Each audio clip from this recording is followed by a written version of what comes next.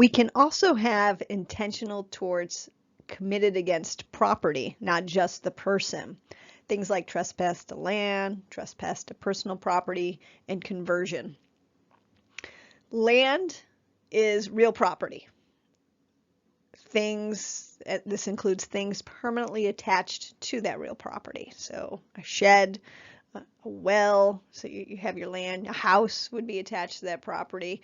Anything that's fixed is going to constitute real property. And when we talk about personal property, that's everything else, everything that isn't land or real property. Trespass to land. This is our first intentional tort against property. Basically what it is entering somebody else's property without their permission.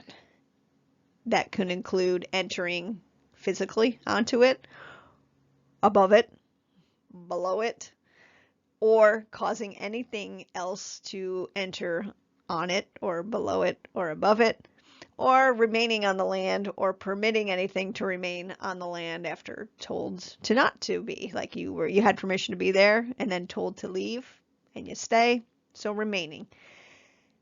Some examples of this: walking on land, driving on land, flying a drone over land, throwing rocks at a building on somebody else's land, building a dam, causing water backup on another's land, placing part of a building on another's property, entering a private business, sending some sort of drill or something into the ground from one property that goes on to another.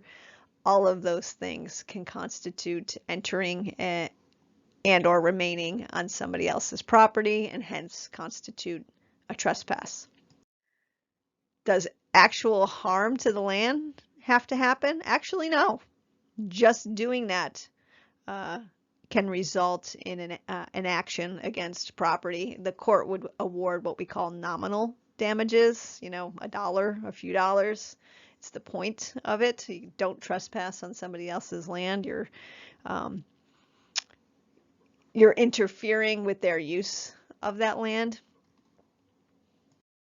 And speaking of interfering with their use of that land, we have nuisance. And nuisance actually constitutes an unlawful interference with the enjoyment of life or property. This law gives everyone the right to enjoy his land without any sort of unreasonable interference from others. And some examples could include causing loud noises, creating foul odors that transmits across property, shining bright lights, diverting a stream, building a big fence that may block a neighbor's view of, a sunset or the lake, anything like that. And these can be private or public nuisances. A private is private acts in a way to deny somebody else, a specific person, their right, and the public one affects the community. So you can have a dump that is emanating nasty odors within a community that could give rise to an action that would constitute a public nuisance. There was a case out in California. The defendants built a milking facility on their farm that was 15 feet from this person's house, their neighbor's house. When they emptied a manure pit on the farm, which they did many times over several years, the stench of rotten eggs and raw sewage permeated the plaintiff's house. They became physically ill, and a stream that crossed their property became polluted. Those neighbors they were the stickdrums. They told defendants how sick they were made and that emptying the manure onto snow-covered ground could cause pollution, but they refused to do anything about it, so they sued. And they sued in action of trespass and a nuisance, and those actions gave rise to both cases in this situation. The next intentional tort against property is trespass to personal property, and this involves unlawfully taking or harming another's personal property. You can harm property or deprive the possessor of its use. For example, Kelly takes Ryan's business law textbook as a joke, and she hides it so that he can't find it for several days before the exam. This may constitute trespass to personal property. Another example This was actually a real case. Kimes adopted a stray cat, named it Pumpkin, and kept it as his pet. The cat was perched on the fence between the yards of Kimes and Grocer when the cat was shot off. Kimes spent $6,000 for the required surgery to save Pumpkin's life. Pumpkin was partially paralyzed, and Kimes spent over $30,000 on care for the cat. And Kimes sued Grocer for shooting the cat. And the court said, I think this is actually a New York case, 2011. And this constituted a trespass to personal property. The Kimes won in this instance. Generally, the remedy in this kind of case, or a trespass to personal property, is the reasonable value of property. But here, Kimes was able to show what his damages were as a result to the harming of another's personal property. In this case, it was the cat, and our pets are actually considered personal property. Despite what some folks think, the law places them as personal property. Kelly takes Ryan's business law textbook as a joke. She hides it so that he cannot find it for several days before the final exam. And I know I just went over this, and is it trespass? I want you to think about it as we talk about the next topic. Conversion. Conversion is a tort, and embezzlement would be the crime version of this. The distinguishing factor is the intent. You need intent for embezzlement in the crime. You don't necessarily need it in conversion. The wrongful taking, using, or retaining possession of a personal property that belongs to another. There is a very fine line between our trespass to personal property. I'll get to that in a second. But this could be an accident, and this could be a joke, just like the example previous with the textbook. Could it be conversion?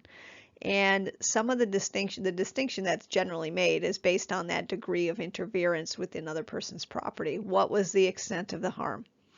What was the extent of the duration of interference? Was it done in good faith? Was it done intentionally, such as embezzlement? If we have a store clerk that steals merchandise from the store, commits a crime. But they also engage in conversion.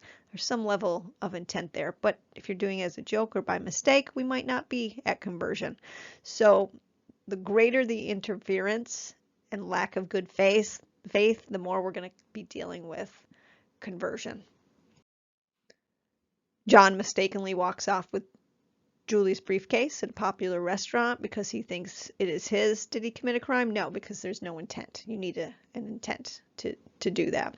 But is he liable to Julie in a tort? Yes, it's her briefcase. So he either has to pay for that or the right thing would do would be giving it back, but he would certainly he'd be responsible for replacing it or having to pay for it. And the idea would be, is that trespass to personal property? Is it conversion? And it's really going to depend on the distinction of the degree of interference with another's property.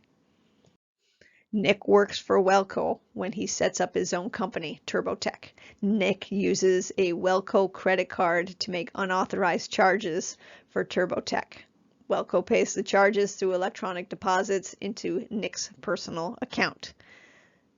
Trespass to personal property? Sure it is, but are we going to call it conversion? This is more think of the degree of interference. Do we have good faith here? This is going to be more along the lines of conversion, and it will probably also get him arrested for embezzlement. Tortious interference with a contract usually comes into play. We're talking about businesses, and we also have another tortious interference with a prospective advantage, or economic advantage as they call it. I'll describe that one in a moment. Tortious interference with contract. One who intentionally induces a person to breach a contract with another, or who prevents performance of another's contract, could be liable for tortious interference of a contract. The key here is there has to be a contract. There's a contract that's in place. So the four elements that a party would have to prove: that there was a contract between the person suing, the plaintiff, and that third party, that the defendant knew about it, that the defendant improperly induced the third party to breach the contract or made performance of the contract impossible, and there was injury to the plaintiff. So I have a couple examples. ADT and Elder are competitors that sell home alarm system. ADT makes misrepresentations about Alder, which convinces customers to cancel their contracts with Alder. What cause of action? Well, this is going to be tortious interference with a contract. We might even have some misrepresentation as well, right? Fraudulent misrepresentation that's going on here, statements. A very big case of tortious interference with a contract involved Texaco. Pennzoil made an unsolicited bid to buy 20% of Getty Oil at $100 per share. The Getty board approved the deal at $112.50 a share. A press release announced an agreement in principle between Pennzoil and Getty, but before the ink on the press release was dry, Texaco appeared and offered Getty $128 per share for the entire company. And Getty turned its attention to Texaco, which left Pennzoil, out there. So what happened? Pennzoil sues Texaco for maliciously interfering with that contract that Pennzoil made with Getty. That actually went all the way to trial, and a Texas jury awarded Pennzoil $7.53 billion in actual damages, plus $3 billion more in punitive damages. And then ultimately, Texaco appealed because they can, and the appeals court actually, I don't think that the appeals court actually didn't make a decision on it. What happened was that an agreement was reached and Texaco agreed to pay $3 billion, but then ultimately filed for bankruptcy. So that would be an example of tortious interference with a contract. In the business world, like, businesses rely on contracts. They vendors, distributors, agents, insurers, lenders, subcontractors. Business contracts make businesses go around. That's how things work. People enter into contracts. If someone unfairly disrupts one of these relationships, it could give rise to this kind of case. And I'm going to note that there are no criminal laws that exist to punish a business competitor who harms a business by interfering with the relationships. So this is the only route to go. And then we have tortious interference with a prospective advantage. In New York, we call it economic advantage. And this is where a plaintiff it's very similar to the last one, but the plaintiff is claiming outside interference with an expected economic relationship. The point is there's no contract here. This is interfering with negotiations, right? And I'm going to use these elements because this is what I'm familiar with in New York to state a claim for this tortious interference with a prospective economic advantage. Very similar elements as our interference with a contract. The plaintiff had a business relationship with a third party. The defendant knew about it and intentionally interfered. The component that's added here is the defendant acted solely out of malice or used dishonest, unfair, or improper means, and that the defendant's interference caused injury. Because you can enter into negotiations with another party, but somebody else might be interested too. And the person who's trying to make a deal might want to make a better deal elsewhere. So the component here is acting out of malice, use dishonesty, unfair, or improper means. So that ends our discussion on intentional torts involving property.